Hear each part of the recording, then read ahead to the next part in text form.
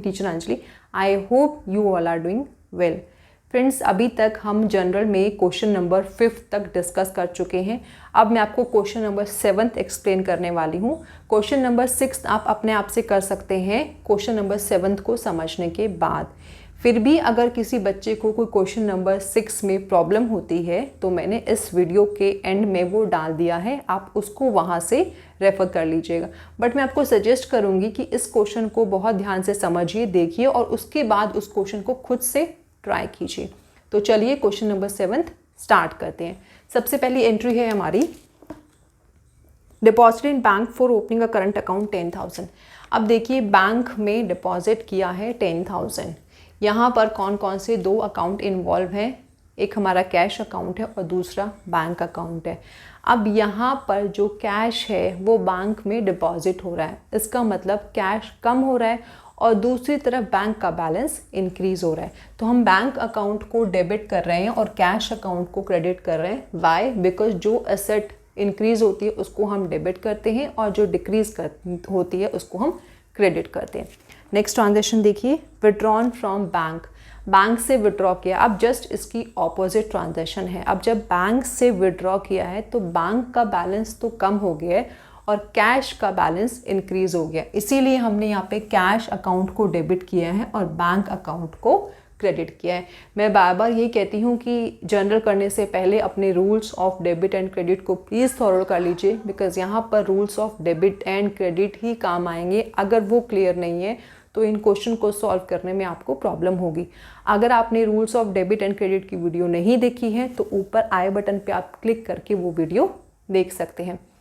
आगे देखिए, उसके बाद नेक्स्ट है, received a cheque from Ramesh to whom goods were sold for ₹12,000, allowed him 1% discount on payment. 12,000 रुपये उससे मिलने थे बट उसको हमने पेमेंट पे 1% का डिस्काउंट दे दिया है।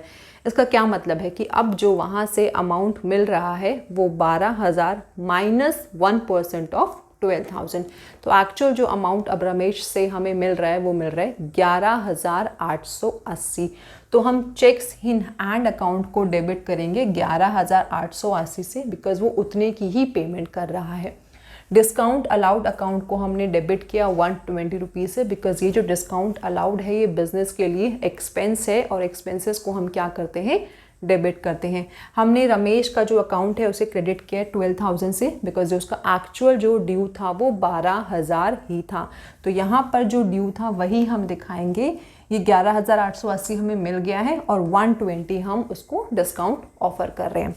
उसके बाद नेक्स्ट ट्रांजेक्शन देखिए, Ramesh cheque deposit in bank. 7 तारीख को वो चेक हमने बैंक में जाके डिपॉजिट कर दिया है, तो हम उसकी एंट्री करेंगे bank account debit to cheques in hand account 11,880 11,880। अब हमने बैंक अकाउंट को डेबिट क्यों किया है, बिकॉज यहाँ पर अब हमारा बैंक का बैलेंस इंक्रीज हो रहा है। अब यहाँ पर ना चेक्स इन हैंड और ये जो बैंक वाली जो एंट्री है इसमें कई बार बच्चों को कन्फ्यूजन हो जाता है। देखिए, अगर क्वेश्चन साइलेंट है, उसमें कुछ नहीं कहा है कि चेक जो है वो बैंक में किस दिन डिपॉजिट हुआ है, तो आप डायरेक्टली बैंक अकाउंट को भी डेबिट कर सकते हैं या फिर आप सिर्फ चेक्स इन हैंड अकाउंट को डेबिट कर सकते हैं। तो इसमें आप किसी भी तरीके से करेंगे तो कोई प्रॉब्लम नहीं है, दोनों ही मेथड आपके ठीक है। बट अगर क्वेश्चन में आपको नेक्स्ट पॉइंट में बताया हुआ है कि ये चेक किस दिन डिपॉजिट हुआ है, तब आपको ध्यान रखना है पहले आपको चेक इन हैंड ही डेबिट करना है जब वो चेक रिसीव होगा, और उसके बाद जब वो चेक डिपॉजिट करेंगे तब आपको बैंक अकाउंट डेबिट करना है। नेक्स्ट देखिए, Ramesh cheque dishonoured bank charges ₹20। अब ये चेक जो है वो डिसऑनर हो गया और बैंक ने 20 रुपीज़ चार्जेस किए हैं। इस एंट्री को आप बहुत ध्यान से देखिएगा। रमेश का अकाउंट हमने डेबिट किया 12,000 से, बिकॉज अब इसकी देनदारी फिर से 12,000 हो गई है, हमें इससे 12,000 ही लेने हैं, बिकॉज जो उसको हमने डिस्काउंट ऑफर किया था वो पेमेंट पे किया था। अब वो पेमेंट का जो चेक था वो तो बाउंस हो गया है। अब बैंक ने जो चार्जेस लिए हैं 20 रुपीज़ से वो भी हमें डेबिट करने पड़ेंगे। So bank charges account debit 20 rupees. उसके बाद देखिए, टू बैंक अकाउंट 11,900। ये 11,900 कैसे आया, क्योंकि हमने बैंक में जो चेक डिपॉजिट किया था वो किया था 11,880। अब 20 रुपीज़ के उस पर चार्जेस लग गए हैं तो ये हो गया 11,900। उसके बाद जो डिस्काउंट अलाउड हमने डेबिट किया था वो हम क्रेडिट करेंगे, बिकॉज अब ये हम उसे नहीं दे रहे हैं 120 रुपीज़ से, ठीक है। अब उसके बाद cheque dishonoured and bank charged for that. अब हो सकता है कि किसी बुक में ये आपको एंट्री किसी और तरीके से दी हो, तो देखिए वो भी गलत नहीं होगी, बिकॉज हर कोई अपने अलग तरीके से एज्यूम करता है अकाउंटिंग में। बेस वही रहेगा, ध्यान रखिएगा, बेस वही रहेगा, बट क्या होता है कई बारी 2-3 अजम्पशन निकल के आ जाती है। फॉर एग्जांपल इसी में किसी केसेस में हो सकता है आपको रमेश का जो अकाउंट है वो 12,020 से डेबिट कर दिया हो, बिकॉज ये उस बिजनेस के अपने एक्सपेंस नहीं है, ये रमेश की वजह से हुए हैं।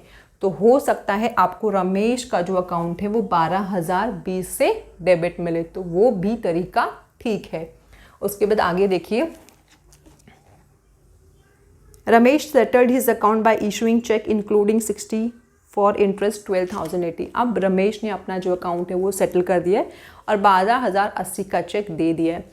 अब यहाँ पर हमने चेक्स इन हैंड अकाउंट को डेबिट किया है 12,080। आप यहाँ पर बैंक अकाउंट भी लिख सकते हैं, बिकॉज क्वेश्चन में कुछ नहीं बताया है कि वो चेक किस दिन डिपॉजिट हुआ है, दोनों ही ठीक होंगे।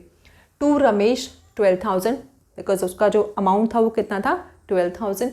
टू इंटरेस्ट अकाउंट 60 रुपीज़, जो कि उसने 60 रुपीज़ की पेमेंट की है, वो हम अपने इंटरेस्ट अकाउंट में डाल देंगे। और ये हमने इंटरेस्ट को क्रेडिट क्यों किया, because this is income for the business.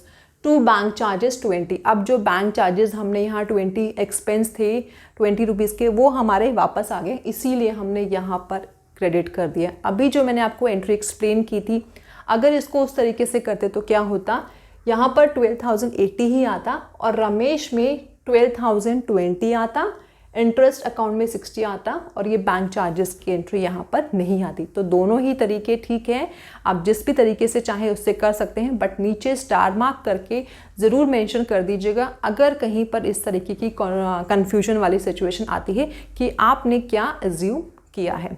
Next देखिए,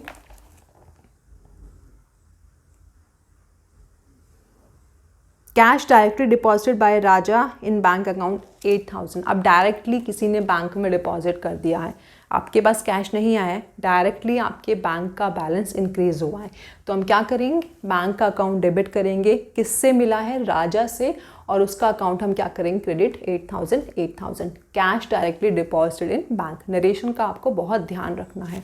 नेक्स्ट पॉइंट देखिए, अ bill of exchange No. Bank draft got issued in favor of Mrs. Lal and Sons 5,000. Bank charges 700. अब ये एक बैंक ड्राफ्ट इशू हुआ है लाल and sons के favour में, तो यहाँ पर रिसीवर कौन है, लाल एंड सन्स, तो उसको हमने डेबिट किया। बैंक चार्जेस बिजनेस के लिए क्या है, एक्सपेंसेस हैं, तो उसको हमने डेबिट किया 700 से, और बैंक अकाउंट को हमने क्रेडिट किया है 5,700 से। यहाँ पे हमने 5,700 क्यों लिया, बिकॉज बैंक से जो अल्टीमेटली अमाउंट निकला है वो कितना निकला है, 5,000 ये और 700 ये। So draft issued in favour of Mrs Lal and sons and bank charge ₹700। ये पूरी नरेशन आप प्लीज़ लिख लीजिएगा, बिकॉज मेरे पास यहाँ स्पेस थोड़ा सा कम था, इसलिए मैंने इसको ऐसे छोड़ दिया है। नेक्स्ट देखिए, A bill of exchange of ₹4,000 due after 1 month discounted from bank for ₹3,800। अब जो 4,000 रुपये मिलने थे उसका हमें 3,800 मिला है। बहुत ध्यान से एंट्री को समझिएगा। बैंक में कितना बैलेंस हमारे आ रहा है, बैंक में बैलेंस आ रहा है 3,800, बिकॉज डिस्काउंट हमने 3,800 में ही डिस्काउंट के बाद हमें 3,800 ही इसमें मिल रहा है। अब जो डिस्काउंटिंग के चार्जेस थी वो बैंक हमारे लिए क्या है, एक्सपेंस हैं, तो उसे हम क्या करेंगे, डेबिट करेंगे, इसीलिए हमने यहाँ पर 200 रुपीज़ डेबिट किया है। To bills receivable account 4,000, BR account को हम क्रेडिट कर रहे हैं 4,000 से। नेक्स्ट एंट्री देखिए, received a cheque of ₹1,000 from Shyam after banking hours. अब देखिए यहाँ पर ना स्पेसिफाई कर दिया है कि सेम डे बैंक में चेक डिपॉजिट नहीं हो रहा है, because received after banking hours. तो ऐसे केस में आपको ध्यान रखना है, आपको बैंक अकाउंट डेबिट नहीं करना है, क्योंकि यहाँ स्पेसिफिकली बता दिया है, ठीक है। तो cheques in hand account debit to Shyam 1,000। Next entry देखिए, goods sold for cash ₹7,000 and half of the sale proceeds deposit in bank. 7,000 के गुड्स जो है वो सेल किए against cash. So cash account debit to sales account 7,000।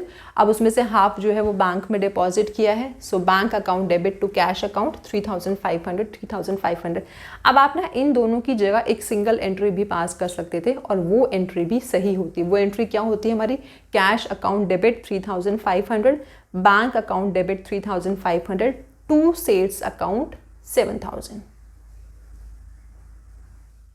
Question number 8 देखिए, transactions relating to goods. ये बहुत ध्यान से देखिएगा और इस क्वेश्चन को समझाने से पहले मैं एक छोटा सा कॉन्सेप्ट आप लोगों का क्लियर करना चाहती हूँ। देखिए गुड्स क्या है, पहले परचेज किए जाते हैं और फिर सेल किए जाते हैं। अगर कुछ केसेस आपको ऐसे देखने को मिलते हैं जहाँ पर कि उन परचेजेस के अगेंस्ट कोई सेल्स नहीं है, कोई और यूज़ है, तो वहाँ पर आपको परचेजेस अकाउंट को क्रेडिट करना है, बिकॉज़ जो परचेजेस हमने की थी सेल्स के लिए उनसे अब हम सेल्स नहीं कर रहे हैं, उसका कोई और यूज़ हो रहा है। तो ऐसे केसेस में आपको परचेजेस अकाउंट को क्रेडिट करना है। अब ये क्वेश्चन आप देखिए सो दैट आपको ये और भी अच्छे से क्लियर हो जाए। फर्स्ट पॉइंट है goods withdrawn bye honour for personal use 1,000।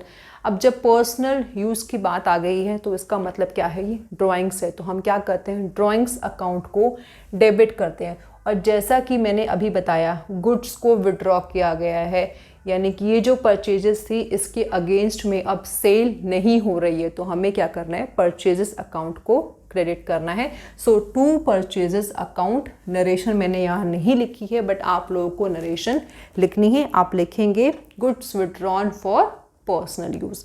Next देखिए गुड्स डिस्ट्रीब्यूटेड एज सैम्पल। अब यहाँ पर भी सेल्स नहीं हो रही है, उनको एज सैम्पल यूज़ किया गया है।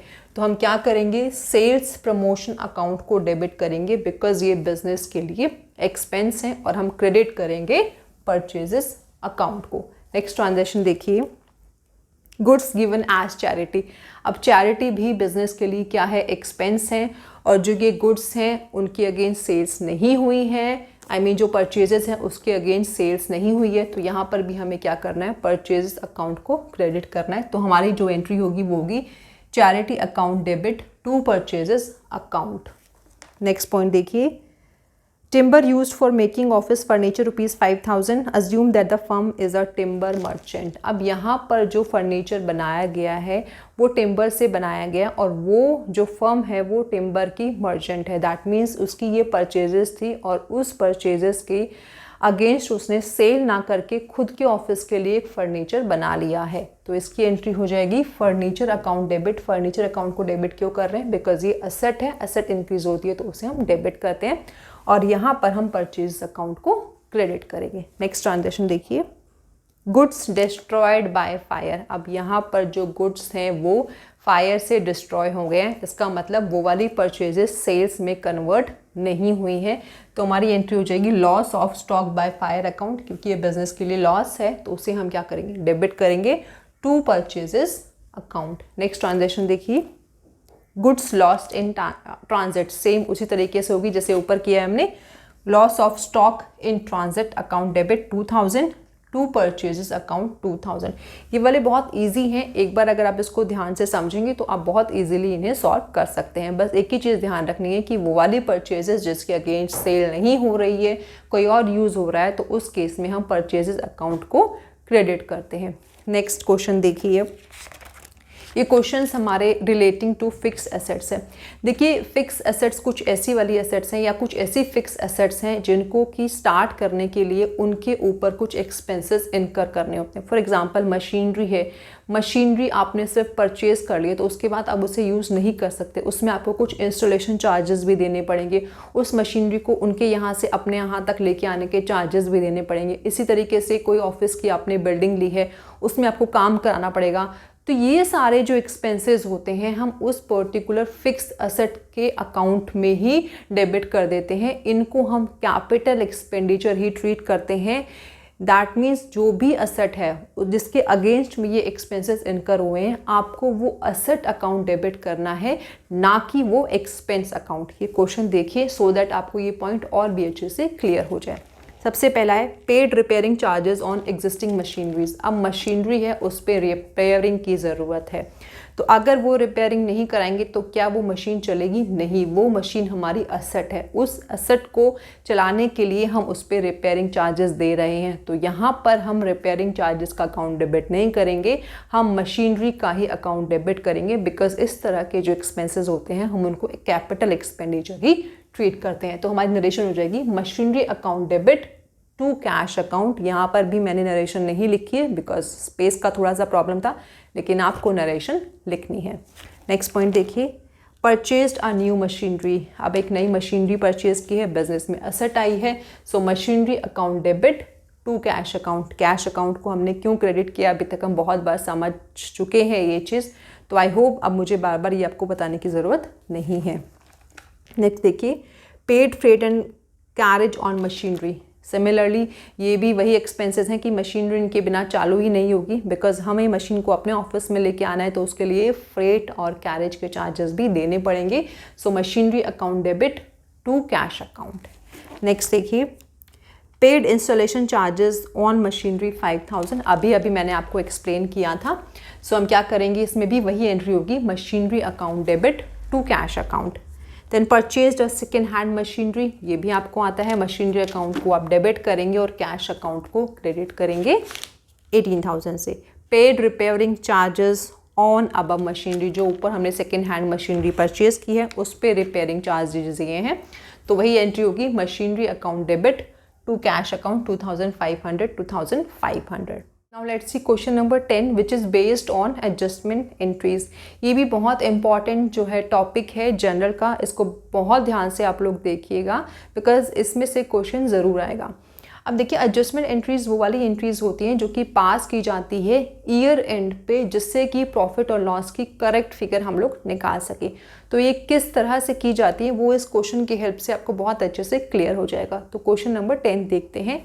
इसकी जो फर्स्ट ट्रांजेक्शन है वो है interest due but not receive 10,000। अब 10,000 का इंटरेस्ट जो है वो रिसीव हो जाना चाहिए था बट रिसीव नहीं हुआ। तो यहाँ पर दो अकाउंट इन्वॉल्व है, एक तो है इंटरेस्ट अकाउंट और दूसरा है अक्रूड इंटरेस्ट। अक्रूड इंटरेस्ट यानी कि interest due but not received. तो जो हमारी करंट ईयर की इनकम है बट हमें नहीं मिली, तो वो बिजनेस के लिए क्या है, असेट है। असेट जब इंक्रीज होती है तो हम डेबिट करते हैं, इसीलिए हम अक्रूड इंटरेस्ट अकाउंट को डेबिट कर रहे हैं 10,000 से। अब यहाँ पर हमने इंटरेस्ट अकाउंट को क्रेडिट क्यों किया है, बिकॉज ये करंट ईयर की इनकम है। नेक्स्ट ट्रांजेक्शन देखिए, सैलरीज ड्यू टू स्टाफ 50,000। अब स्टाफ को सैलरी पे करनी थी बट पे नहीं की, बिजनेस के लिए एक्सपेंस है, तो हम क्या करेंगे, सैलरीज अकाउंट को डेबिट करेंगे। दूसरी तरफ आउटस्टैंडिंग सैलरीज बिजनेस के लिए लाइबिलिटी है बिकॉज करंट ईयर की पेमेंट अभी तक नहीं की है। नेक्स्ट ट्रांजेक्शन देखिए, out of the rent paid this year 5,000 is for next year. हमने जो रेंट की पेमेंट की है उसमें 5,000 हमने करंट ईयर का भी रेंट पे कर दिया, यानी कि नेक्स्ट ईयर की जो लाइबिलिटी थी या नेक्स्ट ईयर जो पेमेंट करनी थी वो हमने करंट ईयर पे कर दिए। तो ये बिजनेस के लिए क्या है, असेट है। तो हम करेंगे rent paid in advance account debit to rent account. अब यहाँ पर ये एक्सपेंस अकाउंट है लेकिन हमने इसे क्रेडिट किया है, वाई, बिकॉज हमने इसे पहले क्या किया होगा, डेबिट किया होगा ज़्यादा अमाउंट से, बट करंट ईयर का उसमें नहीं था। करंट ईयर का जो अमाउंट था हमें उतने से ही डेबिट करना है, बाकी से, इसीलिए हमने यहाँ पे इसे क्रेडिट किया है। नेक्स्ट ट्रांजेक्शन देखिए, provide 10% depreciation on furniture costing 1 lakh. अब डिप्रिसिएशन चार्ज करना है। डिप्रिसिएशन बिजनेस के लिए क्या है, एक्सपेंस है, तो हमने डिप्रिसिएशन अकाउंट को डेबिट किया है। फर्नीचर अकाउंट को हमने क्रेडिट किया है, वाई, बिकॉज अब इस फर्नीचर की वैल्यू क्या है, कम हो रही है, और अगर एसेट की वैल्यू कम होती है तो उसे हम क्रेडिट करते हैं। नेक्स्ट देखिए, goods used in making furniture. अब गुड्स से फर्नीचर बनाया गया है जिसकी कॉस्ट वैल्यू 4,000 है और सेल वैल्यू 5,000 है। हमें यहाँ पर कॉस्ट वैल्यू ही लेनी है। सो फर्नीचर अकाउंट को हम डेबिट कर रहे हैं बिकॉज एक असेट तैयार हो रही है, और परचेजेस अकाउंट को हमने क्रेडिट किया है। ये सेम वही वाला कॉन्सेप्ट है जो अभी हमने लास्ट क्वेश्चन में डिस्कस किया था। नेक्स्ट देखिए, receive commission of ₹20,000 by cheque, half of which is in advance. अब हमें 20,000 मिले हैं जिसमें से कि 10,000 जो है वो नेक्स्ट ईयर की है, यानी कि हमें नेक्स्ट ईयर की इनकम करंट ईयर में मिल गई है। तो ये बिज़नेस के लिए क्या हो गई है, लायबिलिटी हो गई है। और दूसरी तरफ ये कमीशन हमें जो रिसीव हुआ है, जब हमने पहले एंट्री पास की होगी तो उसको क्रेडिट किया होगा, लेकिन उसमें जो अमाउंट करंट ईयर का नहीं है उसके लिए हमें क्या करना पड़ेगा, डेबिट करना पड़ेगा। So commission received account debit 10,000 to commission received in advance account 10,000। नेक्स्ट एंट्री देखिए, allow interest on capital. Interest on capital business के लिए क्या है, एक्सपेंस है। तो हमने इंटरेस्ट ऑन कैपिटल अकाउंट को डेबिट किया 8,000 से, और कैपिटल अकाउंट को हम क्रेडिट क्यों कर रहे हैं, बिकॉज ये इंटरेस्ट ऑन कैपिटल चार्ज किया है, पे नहीं किया है। तो जब हम ये चार्ज करके बुक्स में दिखाएंगे तो कैपिटल क्या है, इंक्रीज हो जाएगी। नेक्स्ट देखिए, charge interest on drawings 1,500। Interest on drawings business के लिए क्या है, इनकम है। और दूसरी तरफ जब इंटरेस्ट ऑन ड्राइंग्स चार्ज कर रहे हैं तो वो अमाउंट हम कहाँ से लेंगे, कैपिटल में से ही लेंगे, तो कैपिटल कम होगा, इसीलिए हमने यहाँ पे कैपिटल अकाउंट को डेबिट किया है और इंटरेस्ट ऑन ड्राइंग्स को क्रेडिट किया, बिकॉज ये बिजनेस के लिए इनकम है। मैं उम्मीद करती हूँ कि आज जो क्वेश्चंस मैंने आपको समझाए हैं वो आपको बहुत अच्छे से क्लियर हो गए। इन केस फिर भी कोई डाउट है तो आप मुझे मैसेज कर सकते हैं, मैं ट्राई करूँगी आपको दोबारा से एक्सप्लेन करने की। अगर आप में से आज मेरे चैनल पे कोई फर्स्ट टाइम आया है तो मेरे चैनल को सब्सक्राइब करना ना भूलें, साथ ही में बेल आइकन ज़रूर प्रेस कीजिएगा सो दैट फ्यूचर में किसी भी वीडियो का नोटिफिकेशन आपसे मिस ना हो। लाइक शेयर तो ज़रूर कर दीजिएगा। Thank you friends for watching my videos.